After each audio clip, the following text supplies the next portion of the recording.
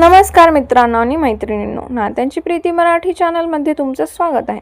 तर आतापर्यंत आपण बघितलं होतं की अवंती सुरेखा आणि अनुराधासोबत दागिन्यांच्या शॉपिंगसाठी गेलेली आहे आणि नंतर तिथे कबीर आणि अमित सुद्धा येतात.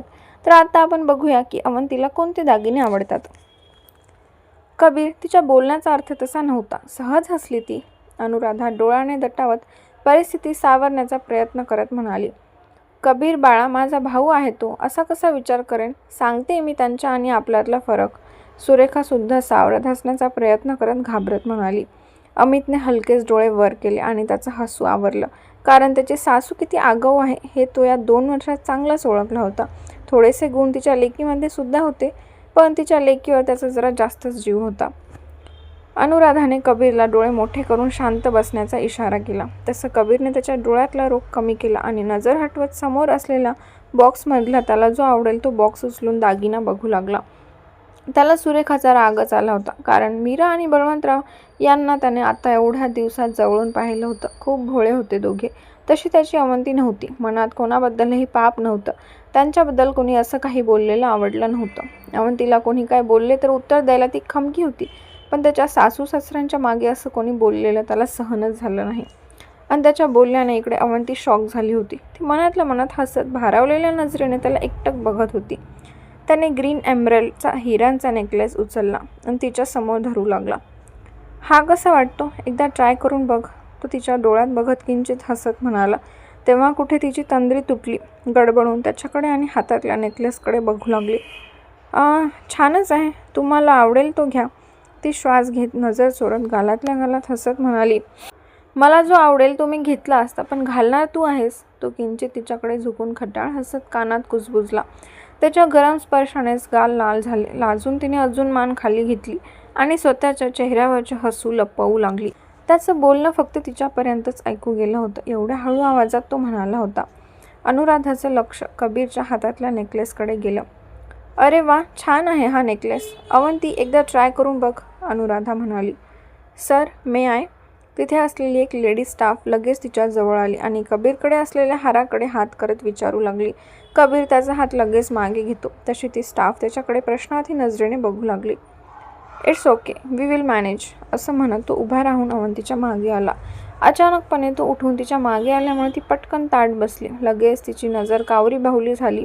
डोळे आश्चर्याने मोठे झाले होते. सगळे समोर असताना ती कधीच त्याच्याजवळ थांबली नव्हती आणि हा एवढ्या सगळ्यांसमोर आपल्या मागे उभ्या राहिल्याने आणखीन बावरून गेली होती.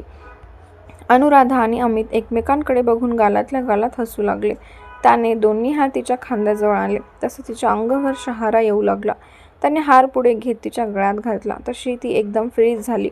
त्याच्या हाताचा हलकाच स्पर्श तिला तिच्या गळ्याभोवती जाणवत होता, म्हणून घसा कोरडा पडू लागला. अवंती, केस पुढे घे. कबीर थोडा झुकत स्वतःचा चेहरा जवळ तिच्या आणत म्हणाला. हो. तिने आवंढा गिळत थरथरत्या हाताने केस पुढे घेतले. त्याने अलगद त्याची कडी लावली. तिला असं बावरलेलं बघून कबीर गालातल्या गालात हसू लागला. त्याने आपले दोन्ही हात तिच्या खांद्यांवर ठेवून समोर असलेल्या मिररकडे बघू लागला. त्याचा राकट हात तिच्या खांद्यावर घट्ट झाला तशी तिचं शरीर तिथेच गोठून गेलं. तिने दीर्घ श्वास घेतला. तो फक्त तिच्या सुंदर चेहऱ्याला निहाळू लागला. तिची नजर अजून झुकलेलीच होती. कपाळावर एक लहान टिकली. चेहऱ्यावर नेहमीप्रमाणे काही मेकअप नव्हता. ओठांची लिपस्टिक पुसटशी दिसत होती. साधी पण सुंदर अशी अवंती त्या नेकलेसमध्ये खूपच सुंदर दिसत होती. अवंती, समोरच्या मिररमध्ये बघ, तुला आवडतोय का?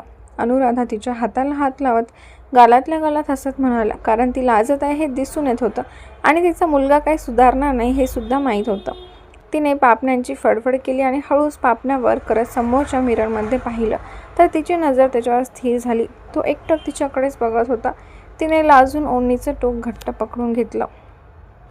ब्युटिफुल, कबीर तिच्या कानाजवळ येत अगदी हळू आवाजात म्हणाला. तशी तिने घाबरून लाजत पटकन नजर खाली घेतली. साधं तिने तो नेकलेस गळ्यात कसा दिसतो पाहिलं, पण नाही, एवढं लाजून जीवाचं पाणी पाणी होत होतं. तिला माहीत होतं की सगळ्यांसोबत ती कशी बसली असेल. हां, छानच आहे. इथे आम्ही पण आहोत. दोघंच शॉपिंगसाठी आला नाहीत, अमित चिडवत हसत म्हणाला. कबीर सरळ उभा राहून अमितला लूक देतो. अवंती तिचं हसू लपवत चेहऱ्यावरून हात फिरवत गळ्यातला नेकलेस काढू लागली. वेट, त्याने बोलत तिच्या मानेवर असलेल्या हातावर हात ठेवत म्हणाला. तिने पटकन तिचा हात सोडवून घेतला. हा आला नसला तरी चाललं असतं असं तिला वाटू लागलं. त्याने त्याचं लॉक व्यवस्थित काढलं. तिने लगेच पुढून आपल्या हातात घेत त्या नेकलेसवरून नजर फिरवली. बघताच क्षणी नजरेत भरावा असा तो नेकलेस होता. आवडलं बाळ? अनुराधा हसून म्हणाली. हां. तिने लगेच गडबडून अनुराधासमोर धरला. सुरेखाला मनातल्या मनात कबीरचा अवंतीचा राग येत होता, पण तिने तसं चेहऱ्यावर दाखवून दिलं नाही. शांतपणे आपले दागिने बघत होती. प्रत्येक फंक्शनसाठी वेगवेगळ्या प्रकारचे दागिने, कानातले, मंगळसूत्र, कंगन, सगळं काही दोघांच्या आवडीचं जास्त करून त्याची आवड सांगत होता. अवंती फक्त हो नाही मध्येच उत्तर देत होती, कारण तिच्यासाठी सगळे दागिने नवीनच होते. त्यामुळे एकदमच गोंधळून गेली होती. एकतर एवढे सगळे दागिने बघूनच वैतागली होती. कबीरचा इम्पॉर्टंट कॉल आला आणि तो बोलू लागला. मॉम, मला अर्जंट जावं लागेल. तसंही सगळं घेऊन झालंच आहे ना? कबीर एक नजर अवंतीला बघत उठत म्हणाला. तो जवळ बसला म्हणून तिच्या चेहऱ्यावर लज्जेची लाली होती, पण तो जसा उठला तसे झरझर लगेच लाली उतरली आणि चेहरा लगेच कोमेजून गेला. हां, येतोच कशाला? कुणास ठाऊक. जा, झालंच आहे, अनुराधा लटक्या रागात म्हणाली. त्याने अवंतीकडे बघून मंद स्मित करत मी चाललो असं डोळ्यांनी इशारा करतो तसं तिने कपाळावर बारीक आठा पाडून आणि नजर फिरवत दागिने बघू लागली. त्याने किंचित मान हलत सुस्कारा सोडत अमितकडे बघत तिथून बाहेर पडला. अमित, हेमा येणार आहे की नाही? मला बोलली होती 1-2 तासात येते, अनुराधा टाईम बघत म्हणाली, कारण सगळे दागिने घेऊन झाले होते, पण अजून हेमा आली नव्हती. हो ना, मलाही बोलली होती. तिचे पण लग्नातले दागिने घेऊन झाले असते. शेवटी तिच्या एकुलत्या एक दिराचं लग्न आहे, मग ती पण उठावून दिसायला नको का? सुरेखा तोऱ्यात हसत म्हणाली. मॉम, डिलिव्हरी पेशंटची अचानक कंडिशन क्रिटिकल झाली आहे. कामसुद्धा महत्त्वाचं आहे ना. कोणाच्या जीवन मरणाचा प्रश्न आहे. दागिने काय कधीही घेऊ शकते. अमित दोघींकडे बघत म्हणाला. तशा दोघी शांत झाल्या.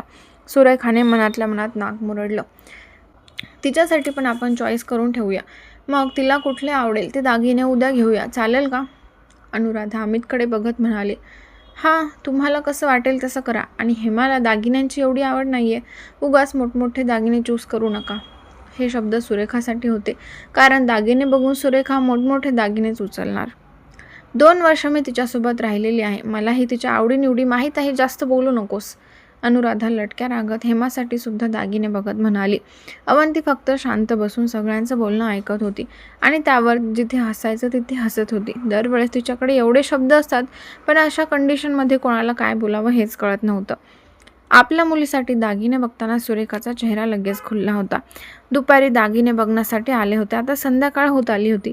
तेव्हा कुठे हेमा आणि अवंतीचे दागिने सिलेक्ट झाले होते. बिल करून चौघी त्या शोरूममधून एकदाचे बाहेर पडले तेव्हा कुठे अवंतीला मोकळा श्वास घेता आला. इतका वेळ AC मध्ये बसून अंग थंडगार पडलं होतं. शरीराला बाहेरची गरम थंड हवा लागल्यावर मन आणि शरीर हलकं हलकं वाटत होतं. अमितने हेमाला फोन केला. सकाळपासूनच्या गोष्टीसाठी धावपळ करत होती. ती गोष्ट हाती लागल्यामुळे पेशंट आणि बाळ सुखरूप होते. तेव्हा कुठे ती निश्चिंत झाली होती, पण आता दिवसभर थकल्यामुळे घरी गेली होती.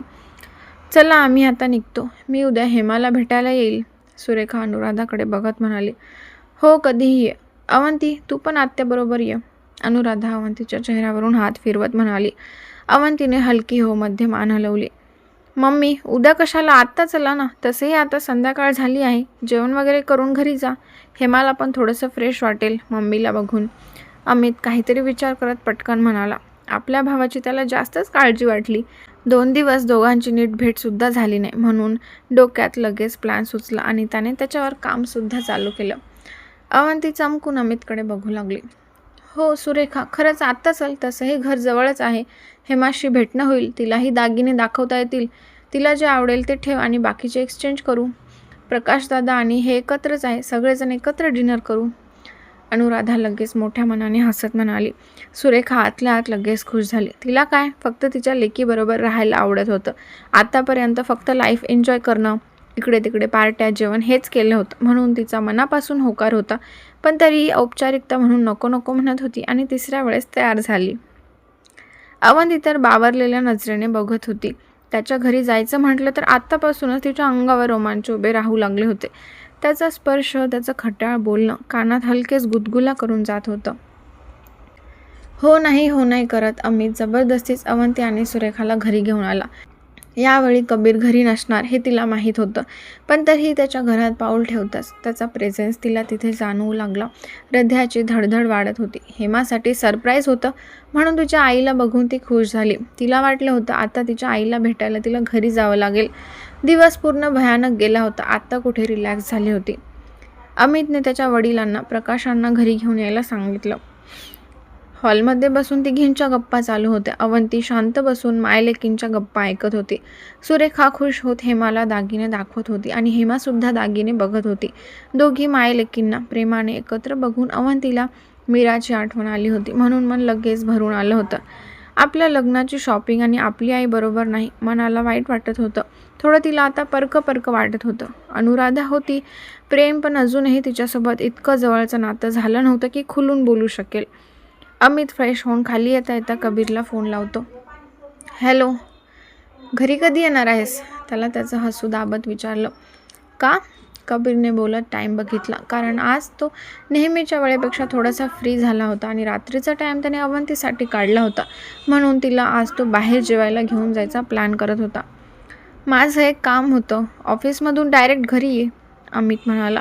दादा, मी आता डायरेक्ट अवंतीला भेटायला घरी जाणार आहे, कबीर लिफ्टमधून बाहेर येत म्हणाला.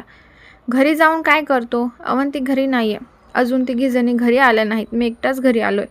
मॉमची फ्रेंड भेटली होती तर अवंतीला घेऊन त्या डिनरला गेलेल्या आहेत. अमित शांत बसलेल्या अवंतीला बघत त्याचा हसू कंट्रोल करत म्हणाला. त्याच्या भावाला जेव्हा घरी आल्यावर सरप्राईज मिळेल तेव्हा त्याचा चेहरा कसा असेल तो इमॅजिन करूनच त्याला हसू येत होतं. कधी? अवंती मला काही बोलली नाही. थोडा वैतागून मोबाईलमध्ये व्हॉट्सअपला तिचा मेसेज वगैरे आला का चेक करत पुन्हा कानाला लावत म्हणाला. एकतर दुपारी तिचा रुसलेला चेहरा बघून त्याने वेळ काढला होता आणि अवंती अचानक गायब झाली म्हणून हळूहळू एक्साइटमेंटची जागा राग धरू लागली. ते घरी आल्यावर तू रात्री तिला भेटायला जा. सध्या तू घरी ये, माझं खूप अर्जंट काम आहे. प्लीज, मी एवढं बोलवत आहे म्हणजे काहीतरी महत्त्वाचंच असेल ना, अमित सिरियस टोनमध्ये म्हणाला. ओके. कबीरने सुद्धा त्याला प्रश्न केला नाही, कारण एवढा तो सिरियस टोनमध्ये म्हणत होता म्हणजे काहीतरी महत्त्वाचं काम असणार. इकडे कबीर घरी येत आहे म्हणून अमितने यस म्हणून त्याच्या हाताची मूठ करून हात जोरात खाली ओढला. गाडीत बसल्या बसल्या त्याने अवंतीला फोन लावला आणि दुसऱ्या क्षणी त्याने कपाळावर त्याची 4 बोटांना अंगठा प्रेस केला. मोबाईल तिचा स्विच ऑफ होता. मोबाईल का वापरते? डिस्कस्टिंग गर्ल, तो दातावर दात घासत बाहेर बघत म्हणाला. अमित खुश होत रुबाबात खाली आला आणि हॉलमध्ये नजर टाकत अवंतीकडे पाहिलं तर ती एकटक शांतपणे दोघी मायलेकींना बघत होती. अनुराधा फोनवर कोणाशी तरी बोलत होती. राधा मावशी, मस्तपैकी गार्डनमध्ये चूल पेटवा. तुमच्या लहान सुनेला गॅसवरचं कमी आणि चुलीवरचं जेवण जास्त आवडतं, एवढं लक्षात ठेवायचं. लग्न झाल्यावर 2-3 दिवसातून एकदा तरी गार्डनमध्ये चूल पेटवायची. अमित अवंती शेजारी बसत राधाला ऑर्डर देत म्हणाला. अवंती डोळे मोठे करून अमितकडे बघू लागली. तेव्हा कुठे तिघींचं लक्ष त्याच्याकडे गेलं. आता कुठे अवंती या घरात आहे हे सुरेखा हेमाच्या लक्षात आलं. बरं बाबा, सुनेसाठी 2-3 दिवसांनी काय दररोज घरात चूल पेटवली जाईल, राधा हसत म्हणाली. नको, तसं काही नाही, अवंती लगेच ऑकवर्ड स्माईल करत हसत म्हणाली. का नको? तुला जसं जेवण आवडतं तसं जेवण ह्या घरात तयार होईल, त्याची तू बिलकुल काळजी करू नको, अनुराधा तिच्याकडे बघत हसत म्हणाली. हा, पण मला खरंच तुम्ही जे खाता ते सुद्धा आवडेल. दररोजच मला चुलीवरचं जेवण हवं असं काही नाही आहे, अवंती लगेच गोंधळून हसत म्हणाली. खास आपल्यासाठी चूल पेटवावी लागेल हा विचार करूनच मनातून भारावली होती. इतक्या आपल्या छोट्या गोष्टीचा मोठा धीर आणि सासू विचार करता हीच गोष्ट मनाला भावली. अगं अवंती, तुझ्यासोबत मी पण आहे ना, त्याची तू काळजी करू नको, अमित हसत तिला टाळी देत म्हणाला. अवंती तोंडावर हात ठेवून खुदकन हसू लागली. सुरेखाने हेमाला कोपरा मारला तसं हेमा 1 सेकंड डोळे मिटून उघडून तिच्या आईकडे पाहिलं. सुरेखाने लगेच इशारा केला. तिला बिलकुल आवडलं नव्हतं अमितने अवंतीची काळजी केलेली. मावशी, मस्तपैकी पिठलं भाकरी करा. तुला आवडतं ना? आवडतच असेल, अमित एक नजर अवंतीकडे बघत राधाकडे बघत म्हणाला. अमित, तू फक्त फॉर्मॅलिटीसाठी विचारतोयस का? तुला जेवायचे ते सांगत नाही. आता अवंतीचं नाव पुढे घेऊन स्वतःचे पोटाचे चोचले भरवणार, हेमा त्याच्याकडे वैतागून बघत हसत म्हणाली. आणि तिचं बोलणं बघून सुरेखा डोळे मोठे करून तिच्याकडे बघू लागली. थोडं पण नवऱ्यावर कंट्रोल करता येत नाही ह्या गोष्टीचा राग येत होता. तशी अनुराधा अवंती एकमेकांकडे बघून हसू लागल्या. आता आमच्या दोघांची टीम तयार होणार. अवंती, लग्न झाल्या तू मला जे हवे ते खाऊ घालायचे. तुझ्या नवऱ्याला खाण्याची काही हौस नाही, पण आपली या बाबतीत छान गट्टी होईल. अमित हसत म्हणाला. बरोबर आहे हेमाचं. अवंती, तू घरी आल्यावर जर त्याचं वजन वाढलं तर मी तुलाच बघणार आहे. अनुराधा खोटं खोटं दटावट अवंतीला म्हणाली. बघ अवंती, तुझं काही खरं नाही आता. मी तर भरपूर काही बनवून घेणार तुझ्याकडून. आता वजनाचं काही मला माहीत नाही. अमित अनुराधाच्या स्टोनमध्ये नाटकी आवाजात म्हणाला.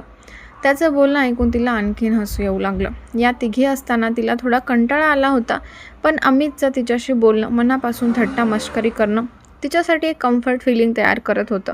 आल्यापासून अवघडलेलीच होती ती. आता थोडी रिलॅक्स होऊन बसली होती. अरे कसा बोलतो अवंती, तुझी इच्छा असेल तरच जेवण बनवायचं. हा काय तुला कसंही कामाला लावेल. याच्या पोटाला नेहमीच भूक असते. आम्ही कितीही केलं तर कधीच त्याने आमचं नाव काढलं नाही, म्हणून आम्ही दोघींनी आता सगळं सोडून दिलं. अनुराधा त्याच्याकडे डोळे मोठे करत म्हणाली. मॉम, पोटाला की जिभेला ते आधी विचारा. हेमासुद्धा गप्पांमध्ये रंगली. हो तेही खरंच. अनुराधा हसली. आई असं काही नाही. दाजींना जसं जेवण आवडतं तसं सगळं बनवेन मी. आवडेल मला करायला. अवंती गालात हसत म्हणाली. हे देवा, तुझे मनापासून आभार. आता तरी माझी हाक ऐकलीस. आता माझे खाण्याचे हाल होणार नाहीत. अमित आणखी नाटक करत म्हणाला. काय रे, आम्ही तुझे हाल करतो. हेमा उठून त्याला मारण्यासाठी पिलो घेऊन गेली. हो मग, मॉमचं तर जाऊ दे. आता तिचं वय झालं. तुलाही हौस नाही की बिचाऱ्या नवऱ्याला स्वतःच्या हाताने जेवण बनवून खाऊ घालावं. अमित हसत तिचा मार चुकवत म्हणाला. हो मॉम, तुमचं वय झालं म्हणतो बघा कसा. हेमा अनुराधाला चढवत म्हणाली. अनुराधाला आधी समजलंच नव्हतं. हेमा म्हणाली तशी तिची ट्यूब पेटली. अमित, माझं वय झालं? थांब तू इकडे, माझ्या हाताला जरा.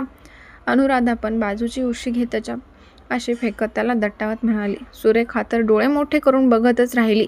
ती काय म्हणते आणि तिची मुलगी काय करते काही कळेना. उशी चुकवताना त्याचा तोल जातो की काय असं झालं. अमित मागे आला तसं अवंती उठून बाजूला झाली. त्यांची ती मस्ती बघून तिला हसूच आवरत नव्हतं. ती थोडंसं झुकत पोट धरून खळखळून हसू लागली. अमितने महत्त्वाचं काम सांगितल्याने कबीर जरा घाईतच आत आला. मेन डोअर जवळून तो लिव्हिंग एरियाकडे आत येतच होता की समोरचं दृश्य बघून त्याची पावलं आपोआप थांबली. तो थपकन पुढे बघू लागला. हळूहळू चेहऱ्यावर गोड हसू फुलू लागलं. अवंती पाठमोरी उभी राहून हसत होती. अगदी निरागस खळखळून हसणारी अवंती त्याने क्वचित पाहिली असावी, किंवा पहिल्यांदाच तो तिला इतकं खुलून हसताना पाहत होता.